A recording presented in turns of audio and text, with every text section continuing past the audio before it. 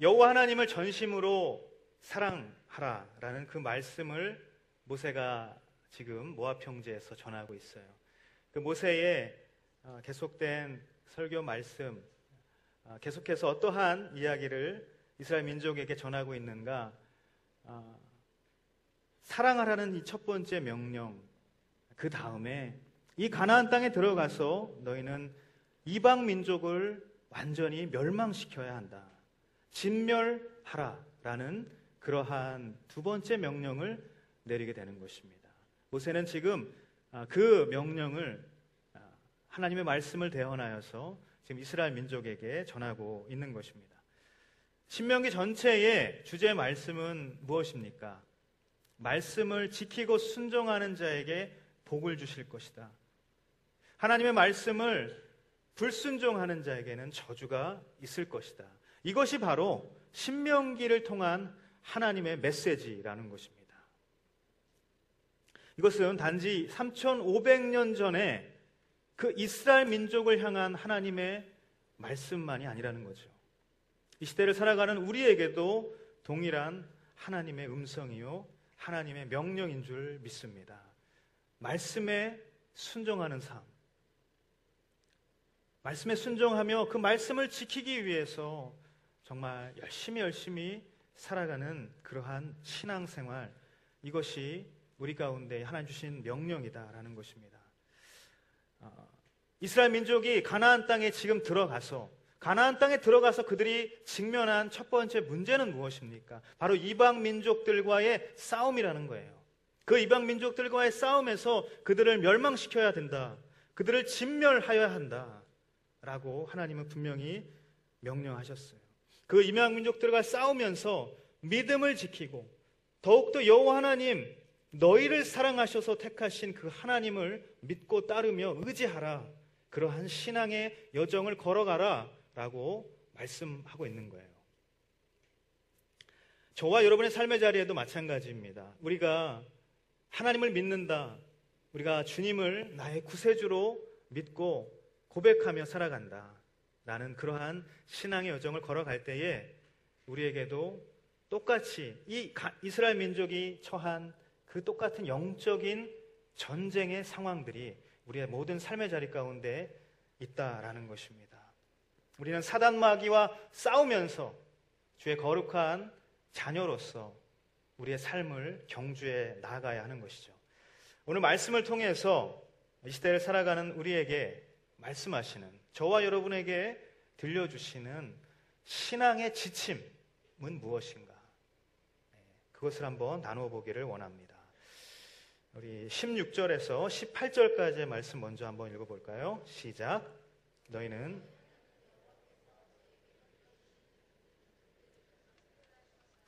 그들을 불쌍히 여기지 말고 그들의 신들을 섬기지 말라.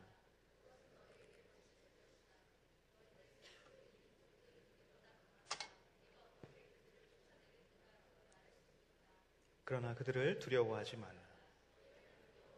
바로와 온 이집트에 어떻게 하셨는지 잘 기억해 보라. 첫 번째, 우리에게 말씀하시는 신앙의 지침, 그것은 무엇인가? 다 같이 한번 따라합시다. 하나님의 사람은 두려워하지 않습니다. 첫 번째, 두려움의 문제에 대해서 하나님께서 말씀하십니다. 가나안 땅에 들어가게 될 이스라엘 민족에게 하나님께서 명령하십니다. 두려워하지 말라. 두려워하지 말라. 여러분, 이 성경에서 두려워하지 말라라는 이 말씀 얼마나 많이 나올까요? 366번 나온다고 하죠. 365일 우리에게 주어진 매일매일 두려워하지 말라라는 이 말씀을 주시고 하루 더, 한 번 더 강조해서 말씀하시는 것이 바로 하나님께서 우리에게 말씀하시는 두려워하지 말라라는 그 음성이에요. 모든 민족들을 멸망시켜야 되고 모든 민족들을 남기지 말고 진멸하라 라고 말씀하셨어요. 그 이유가 무엇이라고 이야기합니까? 그들을 불쌍히 여기지 말고 그들의 신들을 섬기지 말라. 그것은 너희에게 언젠가 덫이 될 수 있다. 그러니 너희는 진멸하고 그들의 우상 하나도 남기지 말아라 라고 이야기하는 거예요. 따라서 우리가 가나안 정복 전쟁의 진짜 의미를 여기서 발견할 수 있어요. 그것은 무엇인가? 그것은 우상을 파괴하고 멸망시키고 영적인 이 전쟁에서 믿음을 지키며 나아가는 그러한 삶을 살아가라. 그 영적 전쟁을 완수해 가라. 이것이 바로 이스라엘 민족을 향한 가나안 전쟁의 진짜 이유라는 것입니다. 하나님께서 명하신 명령의 궁극적인 의도는 바로 영적 전쟁의 완수라는 거예요. 그렇다면 이스라엘 민족이 이 영적 전쟁의 완수를 하기 위해서 그들이 가져야 할 것은 무엇이었는가? 그들이 이 하나님의 명령을 두고서 그들이 생각해야 될 것, 그들이 가져야 되는 관점은 무엇이었는가? 그것은 바로 영적인 안목이었어요. 영적인 안목을 가지고 이 하나님의 명령을 바라봐야 한다는 것이죠. 하지만 어땠습니까? 하지만 그들은 자기의 육적인 안목을 가지고 눈앞에 이방 민족을 바라보게 되었다는 거예요.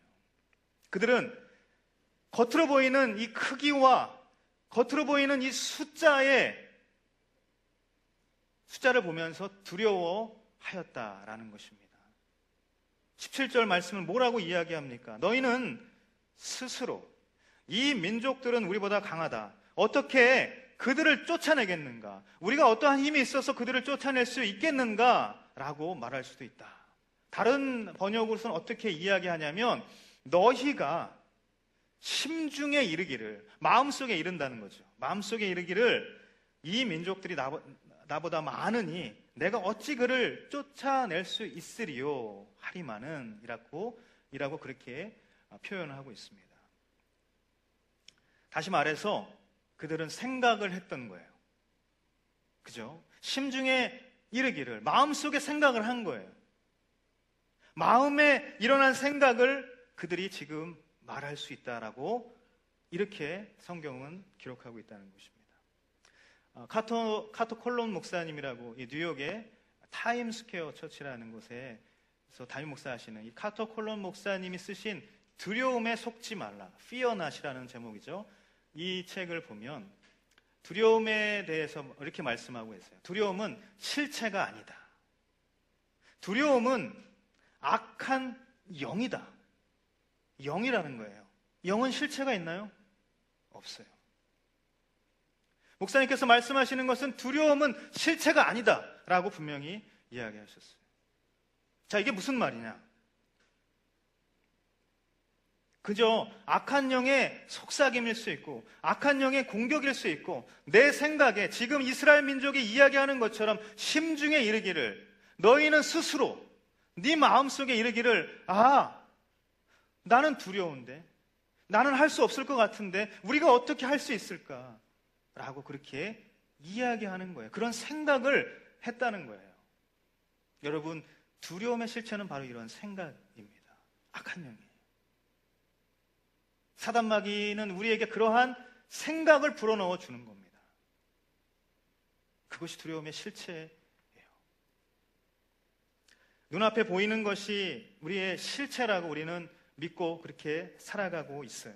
우리가 처한 상황이나 우리가 처한 현실이나 우리 앞에 있는 직장 상사, 과중한 업무, 부담, 실적, 또 좀처럼 화해되지 않고 풀리지 않을 것만 같은 이 관계, 이게 다 두려움의 대상이에요. 이것이 바로 실체라고 우리는 믿고 그렇게 살아가고 있다는 거예요. 하지만 우리가 처한 이 모든 눈에 보이는 것들, 그것이 우리에게 두려움을 줄 수는 없습니다. 두려움은 악한 영일 뿐입니다. 여러분, 이 사실을 믿게 되기를 간절히 바랍니다. 지금 이스라엘 민족은 그들이 단 한 번도 직접 접해보지 못한 이방 민족을 생각하면서 이런 이야기를 한 거예요. 그들이 봤나요? 물론 정탐꾼들의 정탐이 있긴 있었어요. 하지만 그 많은 사람들이 그냥 그 생각으로만 이 두려움에 빠져 있다는 거예요. 하나님께서 이 두려워하고 있는 그들의 마음 가운데에 이렇게 말씀하십니다. 그러나 그들을 두려워하지 말라. 두려워하지 말라. 너희 하나님 여호와께서 바로와 온 이집트에 어떻게 하셨는지 잘 기억해 봐라. 제발 두려워하지 말고 좀 잘 기억을 좀 해봐라 라고 그렇게 말씀하고 있는 거예요. 여러분, 우리는 살아가면서 일어나지 않은 사건, 즉 생각 속에 존재하는 두려움에 사로잡힌 채 살아가고 있다라는 것이죠. 하지만 하나님께서 말씀하십니다. 기억하라.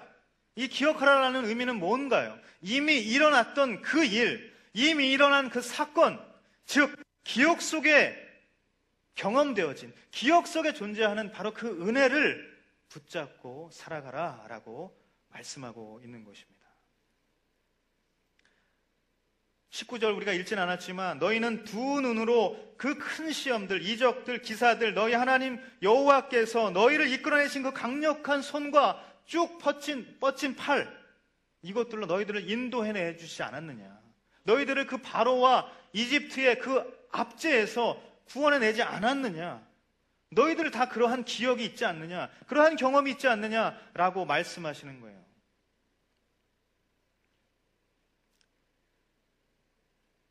생각 속에 존재하는 두려움이 아니라 기억 속에 존재하는 은혜를 우리가 붙잡는 것이 정말 중요하다. 이것이 두려움을 대하는 데서 가장 필요한 우리의 자세라는 거예요. 우리가 신앙생활을 할 때 우리가 하나님의 사람이라고 그렇게 고백하면서 살아갈 때에 우리는 더 이상 두려워하지 않을 이유가 바로 여기 있다는 것입니다. 지난주 목요일 날 임사라 선교사님이라고 이 소그룹 커뮤니케이션과 카운셀링 하시는 전문 강사를 모시고 우리 순장님들과 같이 목요 순장님의 특별 세미나를 한번 한 적이 있습니다. 그 가운데 선교사님께서 어떠한 이야기를 하셨냐면 자기 생각을 진리의 말씀 위에 올려놓는 그러한 것을 경계하라고 했어요. 자, 우리에게 하나님께서는 말씀하십니다. 너 두려워하지 말아라. 하나님께서 오늘도 여러분에게 말씀하십니다. 너는 존귀한 나의 아들이요 존귀한 딸이다. 내가 너를 사랑한다 라고 분명히 말씀하십니다. 말씀하시는데 내 마음에는, 내 생각에는 자꾸 어떻게 생각이 들어요. 나는 안 그런 것 같은데, 난 아닌 것 같은데, 두려워하지 말라고 했는데 자꾸 두려움의 마음이, 생각이 일어나는 거예요. 나는 존귀한 자라고, 하나님이 너를 사랑한다라고 말씀하셨는데 자꾸 그 반대의 생각들이 나를 짓누르는 거예요. 그러던 그 생각들이 어디까지 미치게 되는가? 그래, 나는 존귀한 자가 아니야. 나는 형편없어. 나는 할 수 있는 게 없어. 라고 나 스스로를 규정 지어버릴 때까지 가는 거예요. 여러분, 한번 생각해 보세요. 진리의 말씀이 너는 존귀한 자다, 내가 너를 사랑한다 라고 말씀하시는데 내 생각은 나는 형편없는 사람이다, 나는 사랑받지 못하는 사람이다 라고 그렇게 이야기한다면 내 생각은 하나님의 진리의 말씀 위에 있는 것이죠. 우리는 그러한 어리석음을 경험하면서 살아가고 있다는 것입니다. 여러분, 저와 여러분의 인생에 주님은 어떻게 찾아오셨어요? 우리가 다 주님을 만난 그러한 기억들이 있습니다. 저는 16살 때, 중학교 3학년 때 제가 중등부 회장이었어요. 그래서 수련회를 갔습니다. 매년 여름 수련회를 하죠. 수련회를 갔는데 지금도 기억합니다. 믿음의 집 기도원 가평에 있어요. 가평의 믿음의 집 기도원 전화화 목사님, 저는 아직도 그분을 잊지 못하고 있습니다. 제가 주님을, 예수님을 인격적으로 만난 바로 그날이 16살 그 중등부 수련회 때 가서 만난 곳이에요. 그 수련회 때 6시간 동안을 말씀 전하시고 기도하고 그 애들을 놓고서 6시간 동안 집회를 하시는 거예요. 6시간을. 무릎이 아파 죽겠는데 처음엔 너무 힘들었어요. 근데 막 기도하는 가운데에 그 꼬마가 뭘 안다고 내 죄를 고백하는 거예요. 눈물로 회개를 하게 되는 거예요. 내가 이러한 죄를 졌구나. 내가 이러한 악한 생각을 품고 살아왔구나. 막 회개하고 그런 가운데 정말 주님이 눈앞에 나타나셨어요. 내 손을 붙잡고 나를 일으켜 세워주셨어요. 저를 품어주셨어요. 저를 꽉 안아주셨어요. 저는 그 순간을 아직도 잊지 못합니다. 우리에게 다 그러한 체험이 있다는 거예요. 그러한 기억들이 다 있다는 거예요. 여러분, 기독교는 체험적 신앙이라고 이야기합니다. 인격적인 주님과의 만남을 통해서 진리의 말씀을 깨닫게 되고 한없는 주의 은혜를 우리가 발견하게 되고 그것을 기뻐하고 감사하게 되는 것이죠. 바로 그 감사함으로 구원의 감격을 누리며 살아가는 삶이 바로 신앙 생활이다라는 것입니다. 주님과의 그 첫사랑을 누구나 간직하고 있는 것이에요. 그 기억을 붙잡고 살아갈 때 우리의 생각에 속이는 영을 자꾸 불어넣어서 두렵게 하는 그 사단마귀, 그 공격에 우리는 맞설 수가 있다는 것입니다. 여러분, 기억을 붙잡고 이 기억 속에 존재하는 그 은혜, 그것을 붙잡고 내 생각 속에 존재하는 그 두려움을 떨쳐버리는 거예요. 어이없게도 어떠한 사람들이 가장 이 기억을 붙잡아서 자신 앞에 있는 두려움을 극복해내는가, 그러한 사람들이 있어요. 어떤 사람들이냐면 도박 중독자들이에요. 굉장히 어이없지만 여러분 잘 들으셔야 돼요. 도박 중독자들은 한 번 자신들이 딴 기억, 그 기억을 붙잡고 계속해서 막 몇백만 원, 몇천만 원을 내는 그 두려움을 극복합니다. 얼마나 두려워요. 두려운 상황이에요. 하지만 한 번 그 기억을 붙잡고서 계속 자신 앞에 있는 그 두려움을 극복하는 거예요. 여러분, 이 예가 잘 됐다라는 예는 아니에요. 정말 어이없게도 이 도박 중독자들도 그 기억을 붙잡고서 자신 앞에 있는 두려움을 극복하는 거예요. 물론 잘못된 적용을 해서는 절대 안 됩니다. 도박하라는 얘기가 아니에요. 할렐루야. 여러분, 주님께서 살아계심을 믿으십니까? 그렇다면 우리가 살아가는 모든 곳에 주님께서 살아서 우리와 함께 동행하시는 것도 믿어야 하는 것이죠. 여러분, 기억 속에 존재하는 그 은혜, 나와 함께 동행하시기 때문에 지금 바로 이 순간 우리가 가는 모든 삶의 자리에서도 하나님께서는 우리와 동행하시는 거예요. 주님은 살아계시기 때문에 우리는 그 살아계신 하나님을, 그 주님을 붙들고 살아가야 합니다. 그러므로 주님이 계신 모든 곳은 두려움이 없는 곳이 된다는 사실을 우리가 믿어야 하는 것이에요. 시편 우리 53편 말씀을 한번 같이 읽어보도록 할까요? 시편 53편 1절과 5절 말씀 2절인데요. 같이 한번 읽어보도록 하겠습니다. 시작.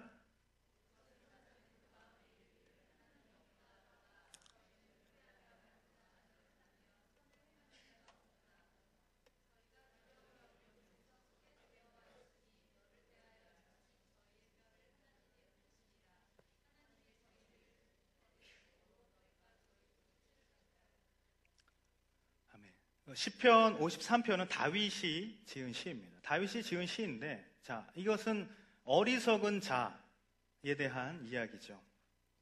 하나님이 없다고 한다고 해요. 어리석은 자들은 하나님이 없다고 이야기를 하면서 우리가 읽었던 5절 말씀처럼 어떻게 이야기합니까? 그들은 두려움이 없는 곳에서 크게 두려워하였다. 자, 어리석은 사람들이 왜 두려워하는가? 하나님이 없다라고 그들은 믿기 때문에 그래요. 하나님이 없다라고 생각하기 때문에 그래요. 하나님이 없는 그런 삶은 어딜 가도 다 두려움이 있는 곳이죠. 하지만 하나님은 늘 우리와 함께 동행하시고 살아서 역사하시는 분이기 때문에 우리가 가는 모든 곳에 주님은 동행하십니다. 그러므로 주님이 동행하시는 모든 것은 두려움이 없는 곳이에요. 두려움이 없는 곳에도 불구하고 그들은 크게 두려워하였다. 왜 그렇습니까? 주님이 없다고 그들은 생각하기 때문이다라고 이야기하는 거예요. 이 이야기의 배경은 그렇습니다. 사무엘상 17장에 보면 어떠한 유명한 장면이 나와요? 다윗이 골리앗과 싸워서 이기는 그 장면이 나오죠. 그 장면에 보면 블레셋과 이제 이스라엘이 대치를 하고 있어요. 그때 아주 소년이었던 이 다윗이 형들에게 먹을 것을 좀 갖다 주라는 그 아버지의 명령을 받고 뭐 떡과 치즈와 이런 것들을 싸들고 갑니다. 가서 보니까 그 골리앗이라는 큰 사람이 앞에 나와가지고 말로 계속 뭐라고 하는 거예요. 하나님을 모독하고 이스라엘 민족을 모욕하는 그러한 말을 계속 하는 거예요. 그 말에 성경은 어떻게 기록하고 있는가? 이스라엘 백성들이 크게 두려워하였다라고 얘기해요. 크게 두려워하였다. 그래서 가만히 생각해 보니까 두려워서 어쩔 줄을 모르고 막 도망치는 모습이 있는 거예요. 다윗이 이야기합니다. 아니 어떻게 그럴 수가 있겠냐. 내가 나가서 싸우겠다. 내가 나가서 싸우겠다. 이 다윗의 형이 말립니다. 그리고 또 사울 왕, 당시에 이 왕이었던 사울 왕도 너는 너무 나이가 어리다. 그래서 말립니다. 아닙니다. 저는 나갈 수 있습니다. 뭐라고 이야기하는가? 내가 목동이었는데, 내가 양을 치는데 하나님께서 늘 나와 함께 동행하여 주셨다. 사자도 무섭지 않았고 곰도 와서 내 양들을 잡아갈 때에 내가 쫓아가서 그 사자와 곰들을 다 물리쳤다. 그리고 양들을 다시 다 살려 돌아왔던 경험이 나에게 있습니다. 하나님께서는 나와 늘 동행하셨던 바로 그분입니다. 그런데 내가 이 이스라엘 민족을 모욕하고 하나님을 모독하는 이 사람을 내가 물리칠 수 없겠습니까? 하나님 나와 동행하시는데 라고 그렇게 이야기하는 거예요. 다윗이 생각하는 것은, 다윗이 가지고 있었던 생각은 하나님은 나와 동행하시는 분이다. 하나님은 지금도 살아 역사하셔서 나와 동행하시는 분이다. 지금 여기 살아계신데 내가 어떻게 두려워할 수 있는가?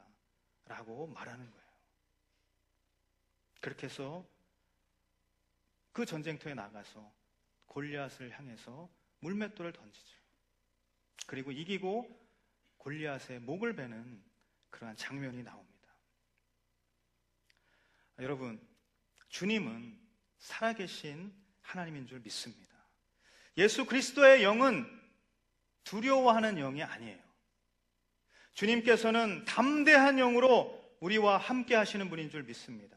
십자가 그 길을 앞에 두고 자신이 처할 모욕과 그 고난과 그 순환의 고통을 주님께서는 다 아셨지만 두려워하지 않으시고 오히려 담대히 그 길을 뒤돌아보지 않고 걸어가신 분이에요. 예수 그리스도 그분이 가지고 계신 영은 두려워하는 영이 아닙니다. 여러분, 우리가 주님과 함께 동행한다라고 믿으면 바로 그 가운데, 내가 있는 바로 그곳에 주님의 영으로, 두려움이 없는 영으로 함께 하시기 때문에 우리는 결코 두려워할 수 없는 것이죠. 오늘 시편 53편 5절 말씀, 두려움이 없는 곳에서 크게 두려워하였느니라. 우리가 두려움이 없는 우리의 모든 삶의 자리 가운데에서 날마다 이렇게 크게 두려워하고 살아가고 있지는 않은가? 주님께서 우리와 함께 동행하신다면, 살아 역사하시는 분이라고 우리가 믿으면 더 이상 우리는 그 가운데 두려워하지 않게 되는 줄 믿습니다.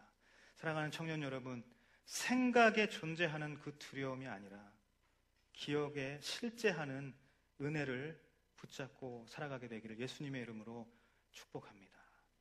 22절에서 23절 말씀 계속해서 읽어보겠습니다. 22절, 23절 시작.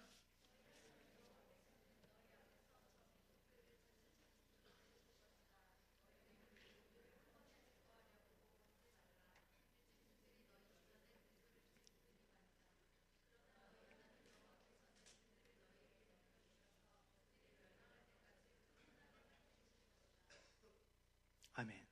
두 번째, 우리에게 말씀하시는 신앙 지침은 무엇인가? 다시 두 번째 따라합시다. 하나님의 사람은 조급해하지 않습니다. 우리의 신앙 여정에 새겨야 할 두 번째 신앙 지침으로서 바로 이 조급함, 성급함에 대한 말씀을 하시는 거예요. 차츰차츰 쫓아내실 것이다 라고 말씀하시죠. 한 번에 제거하려 들지 말아라 라고 그렇게 말씀하십니다. 그렇게 되면 들짐승들이 주변에 들끓게 된다는 말씀을 하십니다. 이 말은 무슨 의미인가? 진멸된 사람들이 많으면 많을수록 사람들이 점점 다 없어지고 그 가운데에 사람들은 없고 들짐승만 남게 되는, 많아지게 되는 그런 황폐한 땅이 될 것이라는 말이에요. 다시 말해서 무슨 의미냐?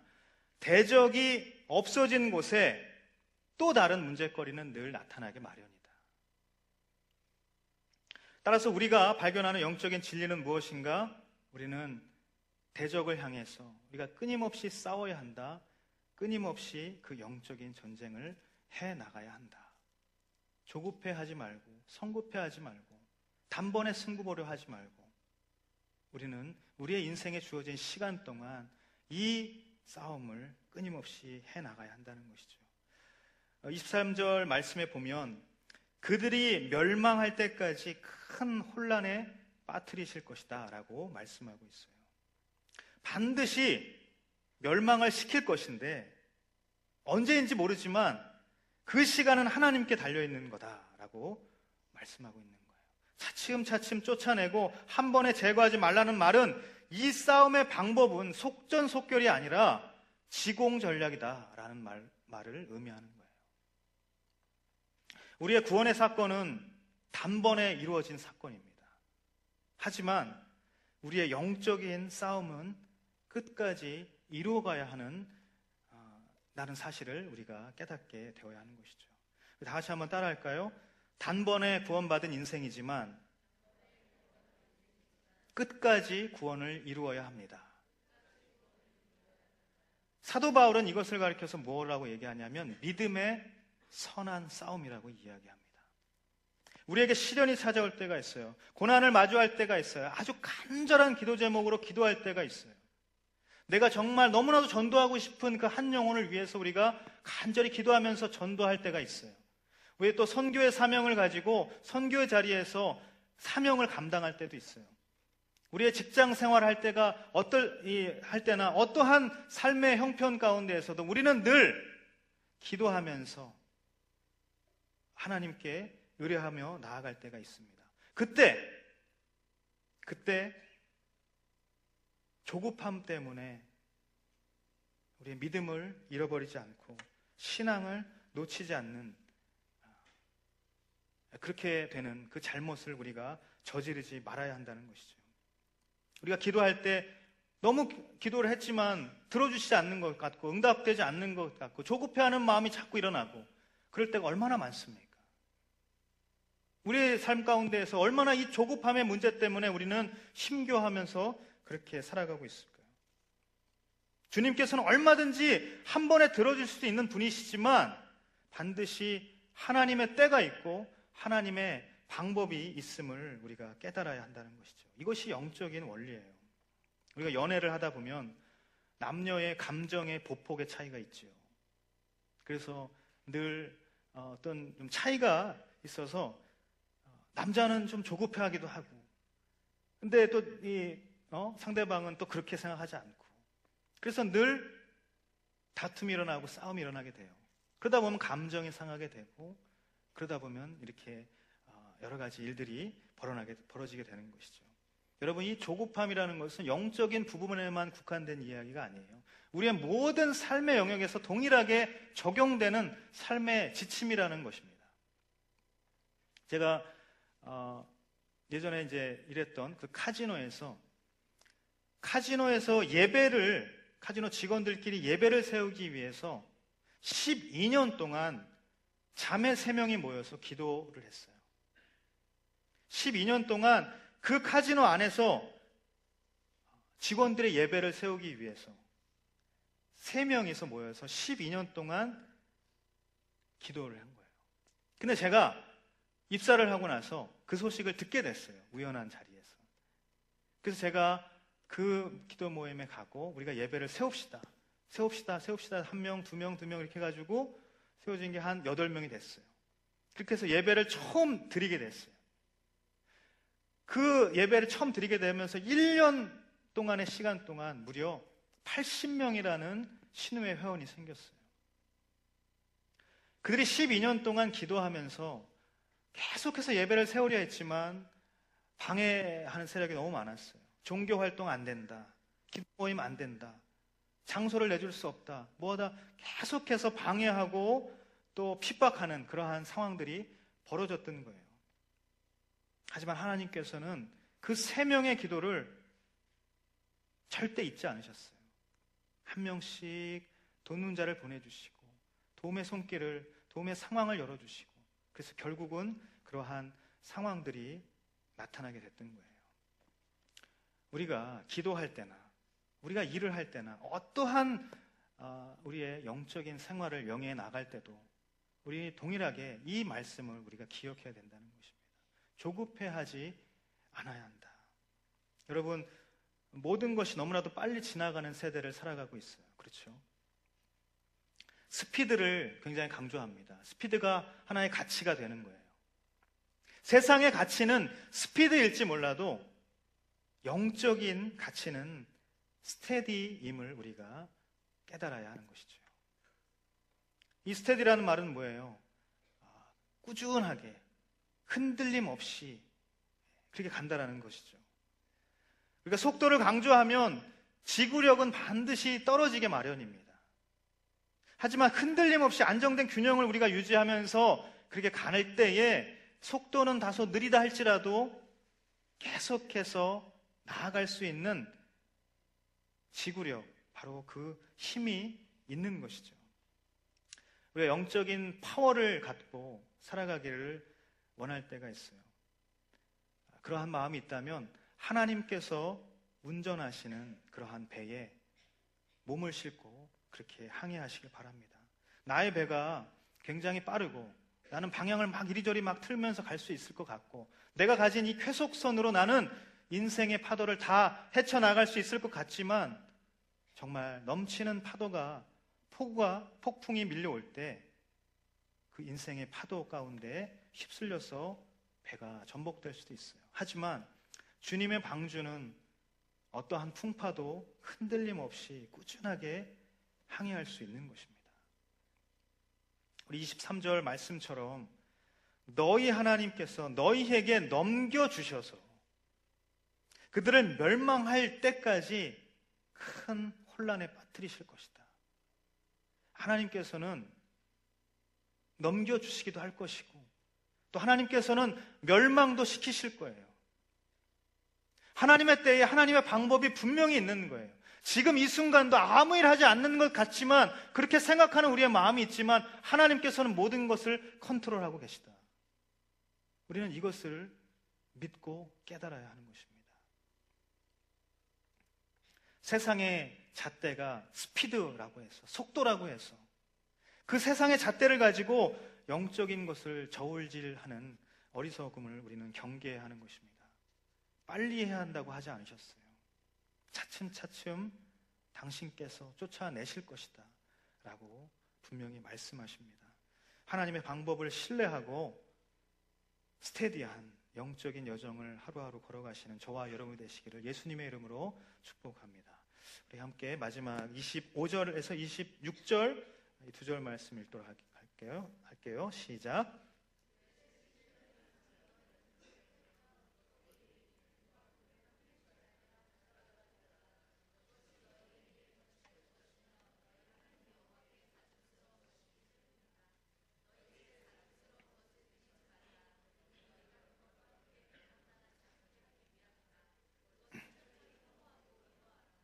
아멘. 세 번째, 다 같이 한번 따라합시다. 하나님의 사람은 두 마음을 품지 않습니다.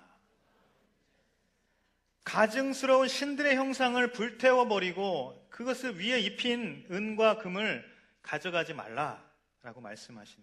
또한 너희 집에 가증스러운 것을 어떻게 하라? 드리지 말라라고 라고 말씀하시는 거예요. 철저히 그것을 혐오하고 미워하라 라고 그렇게 말씀하고 있어요. 하나님의 말씀은 늘 우리에게 어떠한 것을 가르칩니까? 사랑하라, 포용하라, 관용하라 라고 그렇게 말씀하시지만 단 한 가지 혐오하고 미워하라라고 가르치시는 것이 있어요. 그것이 뭐냐면 우상에 대한 이야기예요.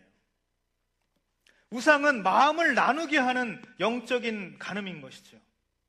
우리로 하여금 두 마음을 품게 하는 거예요. 하나님을 향한 한 가지의 마음이 아니라 우리의 마음을 나누게 하고 우리의 마음이 하나님께도 조금 있지만 다른 곳으로 자꾸 쏠리게 하는 두 마음, 세 마음, 여러 마음을 품게 하는 그것이 바로 우상이라는 거예요. 하나님께서 가장 싫어하시는 것, 이 두 마음을 품는 것입니다. 결국 그렇게 두 마음, 세 마음을 품다가 어떻게 됩니까? 하나님을 사랑하는 그 마음마저 다 잃어버리고 빼앗기게 되는 거예요.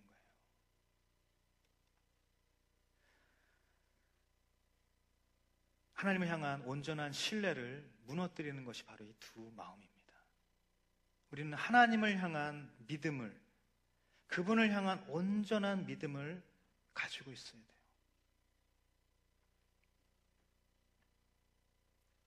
다른 어떤 믿음의 대상을 자꾸 찾고 그것을 자꾸 만들어내고 이것이 뭐라고 했어요?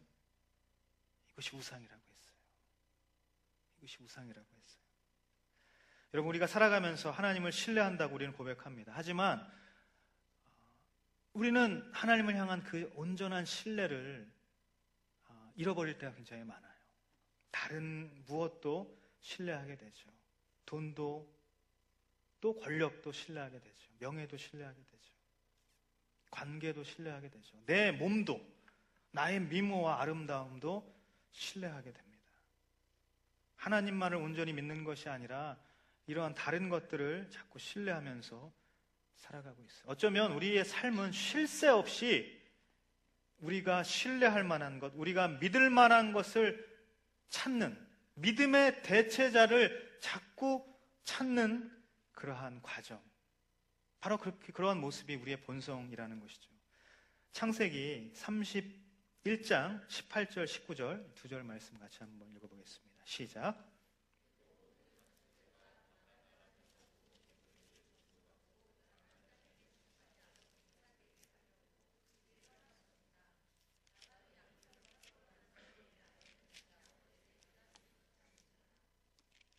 자, 이 이야기는 어떠한 배경입니까? 야곱이 라반이라는 그 외삼촌이죠. 라반 밑에서 몇 년을 일했습니까? 20년을 일했어요.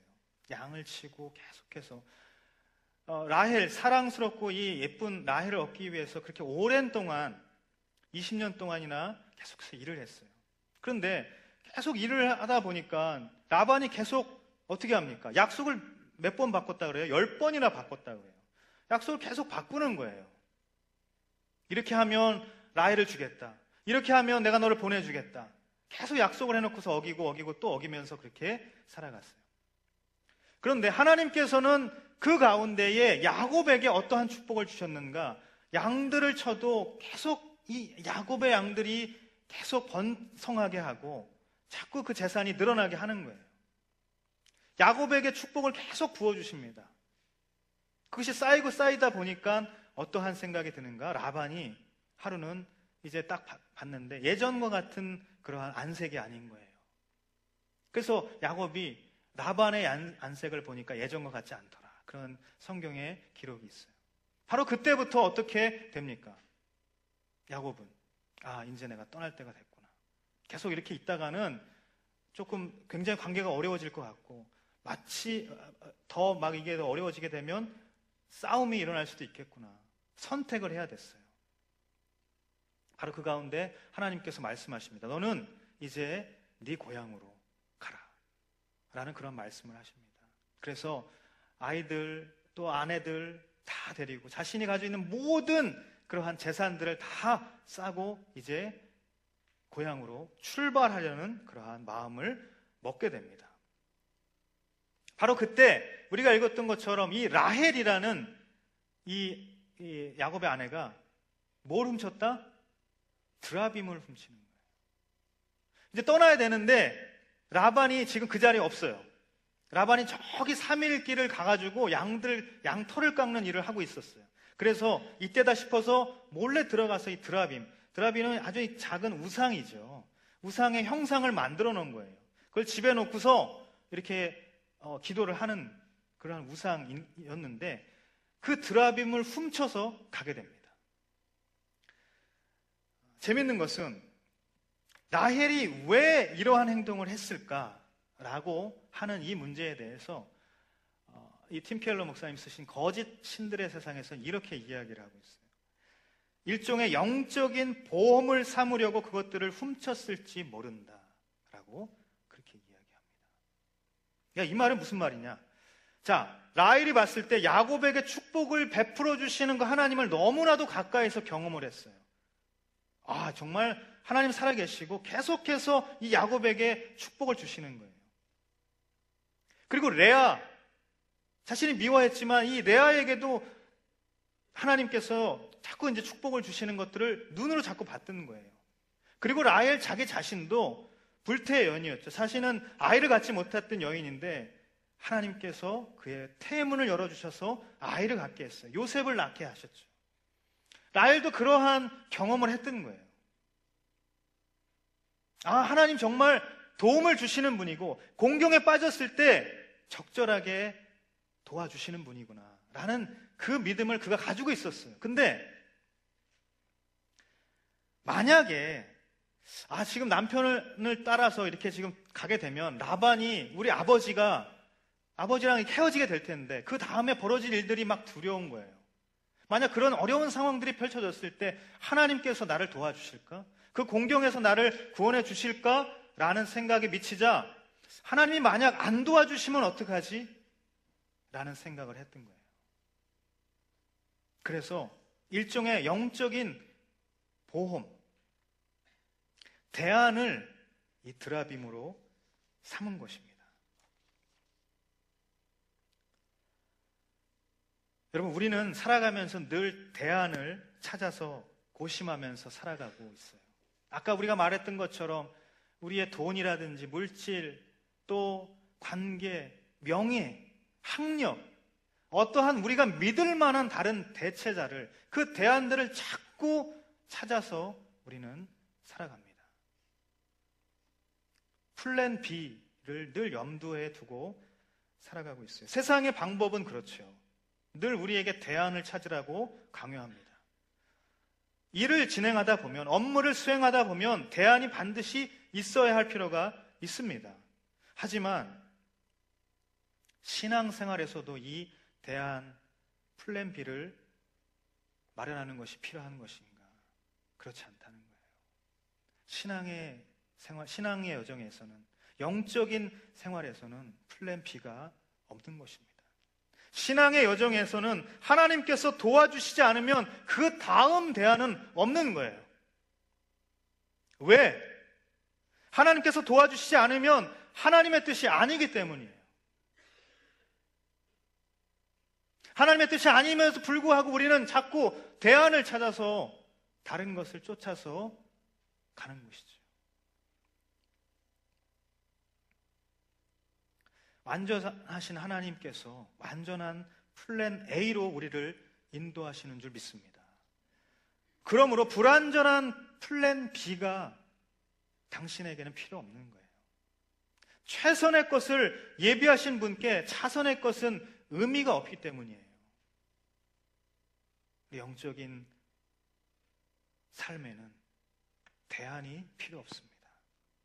라헬은 어쩌면 만약 이 어려운 상황에 찾아오면, 공경을 맞닥뜨리게 되면 하나님께서 도와주시지 않게 되면 어떡하지라는 그 생각 때문에 대안을 찾은 거죠. 드라밈을 앞에 또 모시고 이방 신들, 고대의 그 신들에게 도움을 청해야지라는 그 생각을 가졌던 거예요. 그가 품었던 것은 뭐예요? 두 마음이에요. 두 마음. 온전한 신뢰가 아니라는 것입니다. 여러분, 이것이 하나님의 자리를 대체하는 가증스러운 우상이 되는 것입니다. 인간이 생각해낸 그 대안이 구원이 될 수는 없습니다. 구원을 이룰 수는 없는 거예요. 사도행전 4장 12절 다 같이 한번 읽어볼까요? 시작.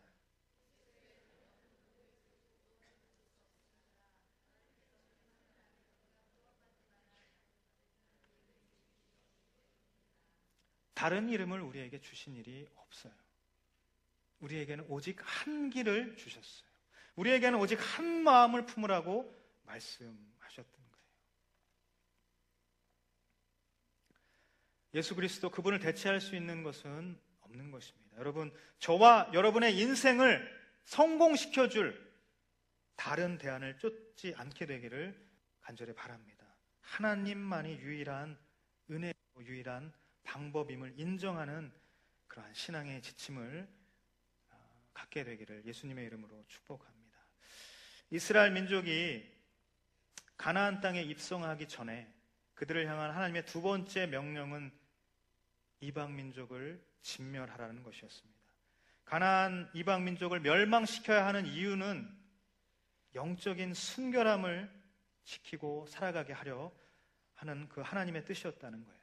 거룩하고 순결한 하나님의 사람으로서 이 시대를 살아가라고 오늘 저와 여러분에게 말씀하시는 하나님의 뜻이 있는 것입니다. 어떻게 거룩하고 존귀한 주의 자녀로 신앙의 여정을 살아갈 수 있을 것인가? 나는 이 신앙의 여정 가운데 어떠한 신앙의 지침을 지키면서 살아갈 수 있겠는가? 오늘 하나님께서 우리에게 세 가지를 말씀하셨어요. 두려워하지 말라. 조급해하지 말라. 그리고 두 마음을 품지 말라. 하나님만을 믿고 이 가증스러운 우상을 혐오하고 미워하라. 하나님을 향한 온전한 신뢰를 가지라라고 말씀하고 있습니다. 여러분, 두려운 마음이 들 때 이 말씀을 떠올리시기를 바랍니다. 우리 같이 한번 읽어볼까요? 이사야서 41장 10절 너무나도 잘 알고 있는 말씀이죠.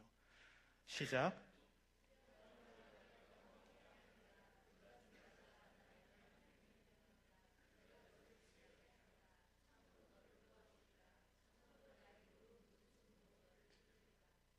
아멘. 여러분, 두려움이 마음이 들 때 두려워하지 말라. 내가 너와 함께함이라. 놀라지 말라. 나는 내 하나님이 됨이라. 참으로 내가 너를 도와줄 것이다. 참으로 나의 의로운 손으로 너를 붙들어 줄 것이다. 이 말씀이 우리의 두려운 마음을 사라지게 하는 하나님의 진리의 말씀이 되기를 간절히 바랍니다. 조급한 마음이 들 때 여러분 이 말씀을 기억하시길 바랍니다. 디모데전서 6장 11절 12절 말씀입니다. 같이 한번 읽겠습니다. 시작.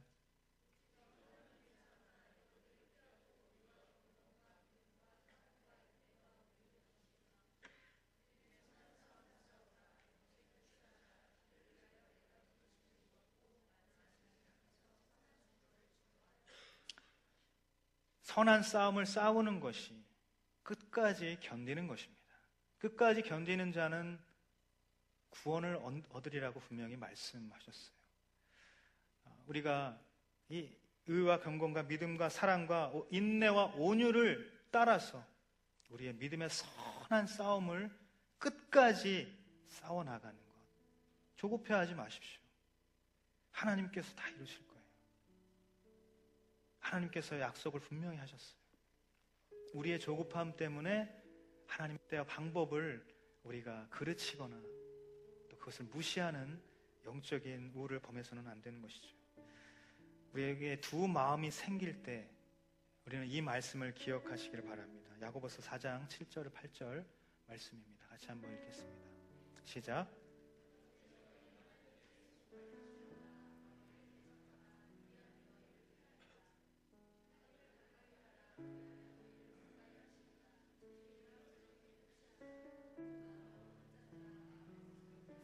두 마음을 품는 자들아 마음을 성결하게 하라. 성결한 마음은 주님을 향한 온전한 마음이에요. 거룩한 마음이에요.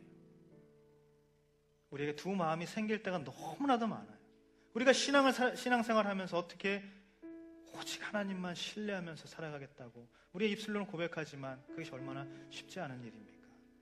그 마음이 들 때마다 여러분, 이 말씀을 한번 떠올려 보십시오.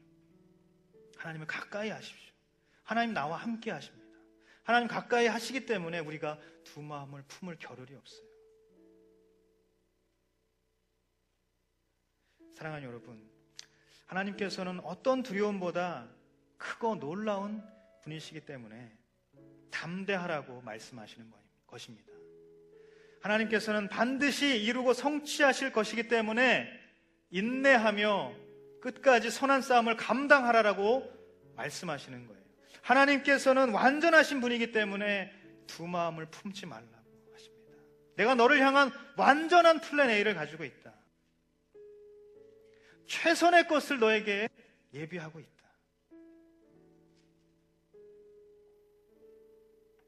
대체할 대안을 찾지 않고 오직 하나님을 향한 온전한 신뢰를 갖고 살아가라 말씀하시는 것입니다. 이것이 저와 여러분의 믿음으로 굳게 세워지기를 예수님의 이름으로 축복합니다. 우리가 믿음 생활을 할 때에 우리는 광대하신, 너무나도 크고 놀라우신 그 하나님을 바라봐야 하는 것이에요.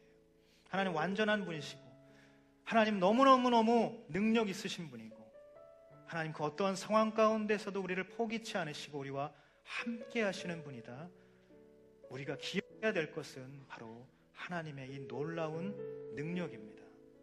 우리가 신앙생활 해나갈 때에 두려워하지 않을 이유, 우리가 조급해하지 않을 이유, 우리가 두 마음을 품지 않을 이유, 하나님은 이러한 분이시기 때문이에요.